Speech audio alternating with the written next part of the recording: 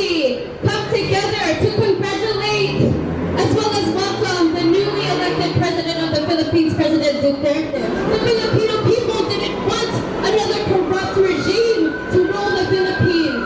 They were sick and they were tired of Aquino's regime in the Philippines. Tired of the killings, tired of the corruption. Force kasi talagang pinagpuwersa tayo dahil sa iba-ibang mga kondisyon sa Pilipinas, lalong-lalo na yung ibang mga nakakaranas ng mga iba-ibang demolusyon, nakakaranas ng mga kalamidad sa Pilipinas at napapatalsik sila sa kanilang tirahan. At ang mga iba na napapalaya sa kanilang lupa dahil sa pagbebenta ng gobyerno sa mga iba-ibang US and other foreign companies sa Pilipinas. Free our sisters! Okay, here we go. I spit bars to honor my comrades behind bars for liberation, liberation for truth, from black power to reparations, just immigration, fair compensation, forced migration in the fight for solving nations, in the namesake of justice, solidarity, and for peace. The state locks up our warriors, claiming they deserve the peace. Panahon na upang makasahan ang ganitong kaayusan. Nananalig kami na magkakaroon ng pagbabago. Subalit hindi magaganap ang pagbabago nito kung mananahimik lang tayo.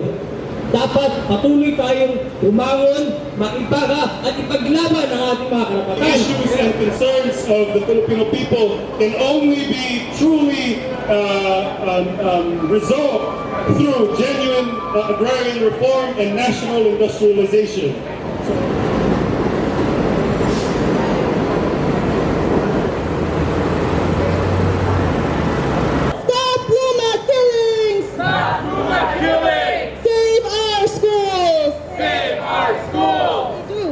Places where mining TNCs operate, like in Mindanao with the LUMADs, we can see very much the evidence of militarization, human rights violations.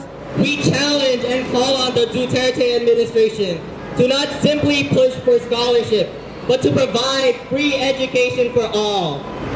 Aquino, you are being arrested and reported for the crimes that you have committed. The people have spoken. We demand that Aquino be held accountable for his crimes and that Duterte holds him accountable and that we end the impunity in the Philippines now.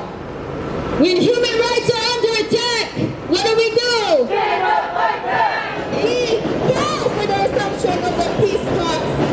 We call for the addressing of the roots of the armed conflict in the Philippines, because the roots of the armed conflict of the Philippines is embedded in the basic condition of Philippine society.